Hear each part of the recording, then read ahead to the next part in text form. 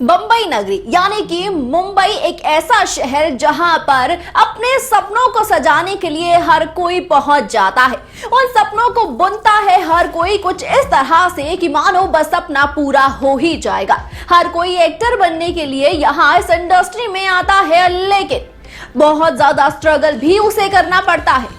और ऐसे में उनकी कहानियां जब जानी जाती है, जब वो एक छोटा इंसान एक बड़ा शख्स बन जाता है, सुपरस्टार बन जाता है, हर एक शख्स उससे जानने लगता है, तो उनकी कहानी जानना भी हर किसी को खूब पसंद आता है।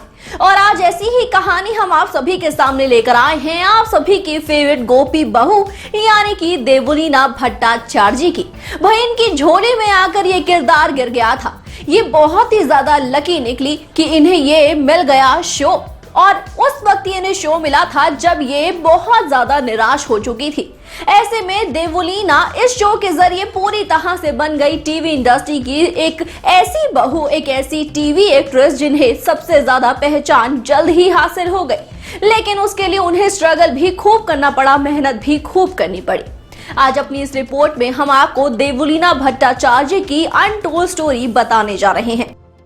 सबसे पहले बात करते हैं देवुलीना की पर्सनल लाइफ की। बता दें कि 1990 में उनका जन्म हुआ था असम में, और वहीं की उनकी परवरिश है।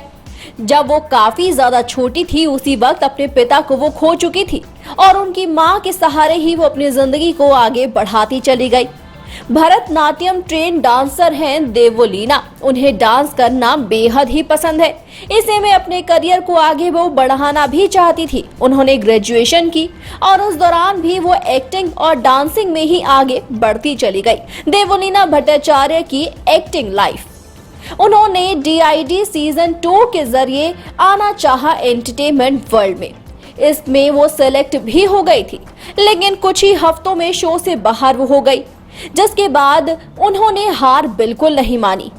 उन्होंने स्ट्रगल किया मुंबई में रहते हुए। वो लगातार काम ढूंढ रही थी, लेकिन उन्हें काम मिल नहीं रहा था, मगर वो ठान चुकी थी कि इस दुनिया से अब वो वापस तो जाने नहीं वाली, यूं ही हार कर। और वो सफल साबित होती हुई भी सामने आई।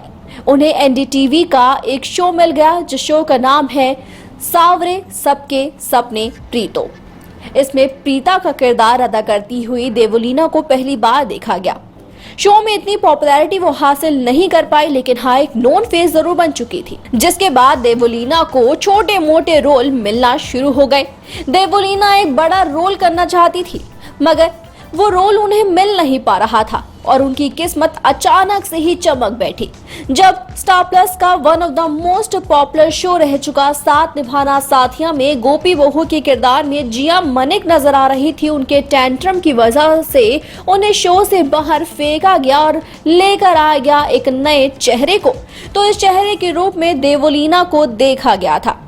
यहाँ शो के डायरेक्टर प्रोड्यूसर फटाफट से चाहते थे कोई ऐसा चेहरा जो गोपी बहू के किरदार में बिल्कुल फिट बैठ जाए, लेकिन देवुलीना के काम करने के 6 महीने तक इस शो की TRP बहुत बुरी गिरती चली गई, और देवुलीना को गोपी बहू के किरदार में किसी ने भी पसंद नहीं किया। मगर देवुलीना ने हार बिल्कुल भी नहीं मानी थी, और ऐसे में 6 महीने बाद उन्हें सक्सेस मिल ही गई। उनके बदले हुए रूप, उनकी बेहतरीन एक्टिंग को देखकर सभी उन्हें पसंद करने लगे, और साथ निभाना साथिया उनके एक्टिंग करियर का अभी तक सबसे बड़ा और टर्निंग पॉइंट शो उनकी जिंदगी का रहा है। अब बात करते हैं देवुलीना भट्टाचार्य की कंट्रोवर्सीज की।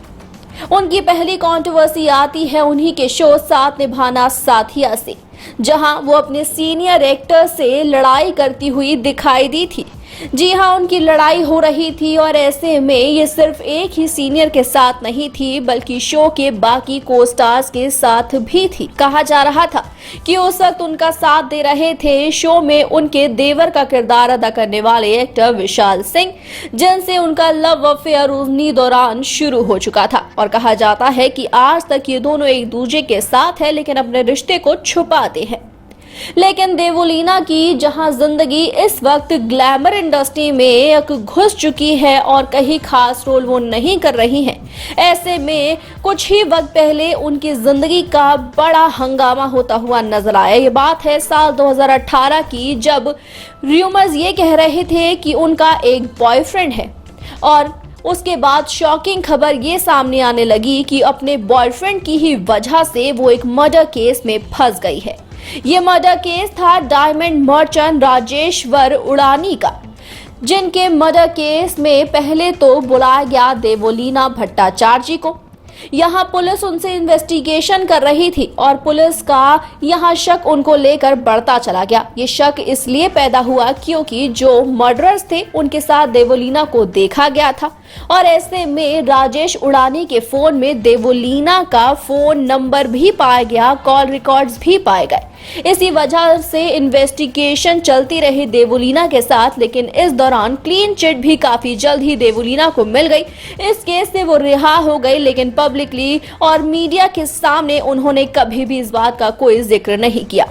इस कंट्रोवर्सी के बाद उन्हें लगातार मिल रहे थे बिग बॉस के ऑफर भी, लेकिन वो ये काम नहीं करना चाहती थी क्योंकि वो डिप्रेशन में जा चुकी थी। लेकिन अब आखिरकार वो बिग बॉस सीजन 13 के जरिए एक बार फिर से एंटरटेनमेंट वर्ल्ड में आने जा रही है अपने दर्शकों को एंटरटेन करने के लिए। तो दोस्तों, जाना आप सभी ने कि उनकी पर्सनल जिंदगी, उनकी प्रोफेशनल जिंदगी किस तरह की रही है और ऐसे में हाल ही में जो उन्हें लेकर खबरें सामने आई हैं, इस केस को लेकर, उनके अरेस्ट होने को लेकर, वो कितनी सच साबित हुई और कितनी झूठी, ये देवोलीना बेहतर जानती है। और इस बारे में वो जब बात करते हुए सामने आएगी, उस बात का तभी साफ तौर पर पता चल पाएगा।